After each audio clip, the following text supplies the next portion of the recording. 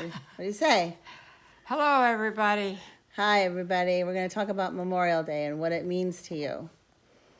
I'm going to talk about Memorial Day. Right. So, what does Memorial Day mean to you? What does Memorial Day mean to you? Well, it means that we honor those who served our country and gave their life. Right. I think that's what it's for. Right. And we honor the dead mostly. But I got honored in my hometown because I had voluntarily joined the Marine Corps during World War II. But I even had to go to the governor of the state to get permission. Really? She thought I was wrong to do it. Really? But then I went to boot camp in North Carolina. And the DI, the drill instructor, hated women. Really? He hated women. He'd have us marching. So, what'd they do? Until some women dropped and fainted and passed out and had to be carried to the hospital. Oh, my gosh. Then we had to climb through barbed wire fences, and we had to climb up tall areas and jump off. Oh, my. And you did all that? Yeah, had to get up there and jump off into dirty straw.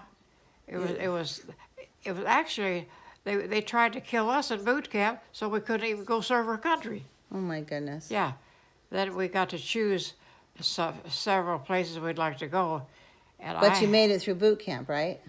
Yeah, that was what it was. What do you think? What do you think made you get through boot camp? What was it? What made it to go to boot camp? Well, the war had started, and everybody in my town, Evansville, Indiana, had a job making the boats that they used in the war, and all the jobs were taken, and I was a secretary at a semi-college.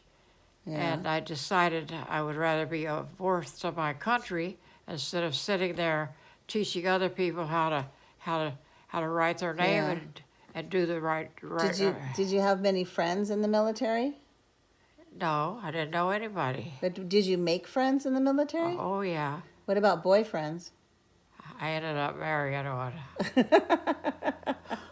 Talk about the boys you dated. What kind of boys did you have back in the day Well, in the military? Mostly we did. I loved to dance from the time I was 3 years old. Right. So I always wanted.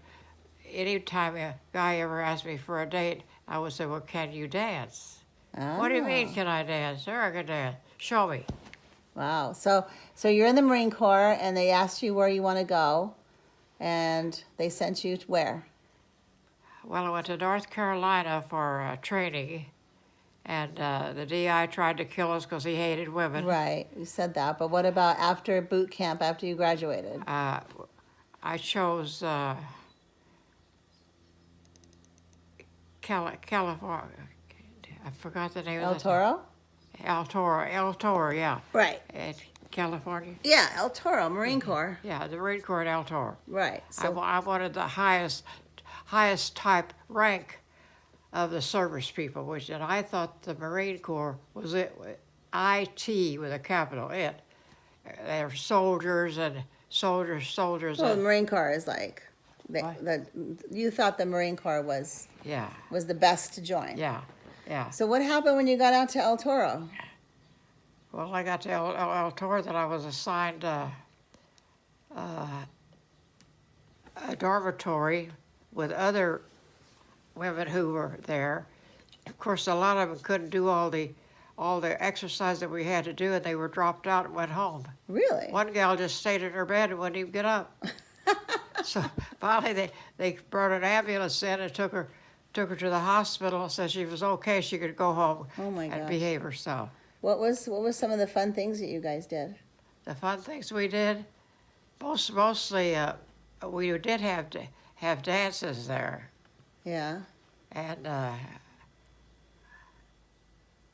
I learned how to shoot a rifle. Wow. It scared me to death. Oh my. Then I had to carry a gun, Yeah. heavy gun, and I didn't feel like a woman anymore. I felt like a man. Uh-oh. They try to make you not realize that there's a difference between men and women in the Marine Corps. You're all there to give your life for your country or just drop out. That's right. So what do you say to all those veterans out there? Because you've lost a lot of friends, right? Yes, I did. Lost a lot of friends. One one time I had they drilled me so hard, and I was in my bed, and the nighttime supervisor came around and checked everybody, see they were covered up and everything, said that I wasn't breathing, that I was dying. So they called the ambulance and rushed me to the hospital, and what it was is that they found out I had a deadly sinus problem, Oh, and it was causing me not to breathe except about the third breath. wow. So then they started medicating me for all of that. They take good care of you. Wow. And demand that you take it. So, Well, what do you say to all those veterans that are still out there? hooray for you! And it's much better now than it was then because there's so many more modern things that make it easier and more comfortable and taste better. That's right. Yeah. Well, let's say a prayer for all those veterans who have lost their life. I prayed for them when I read in the paper today that they're being called up and one has died already locally and is being remembered in a memorial for him. Yeah. But I'm glad I did it. I got out of a small town with nothing, no hope of making a fantastic career. So Well, I'm glad I did. So that after I was in the Marine Corps, I didn't want to go back to Evansville, Indiana. So I went to New York. there you go.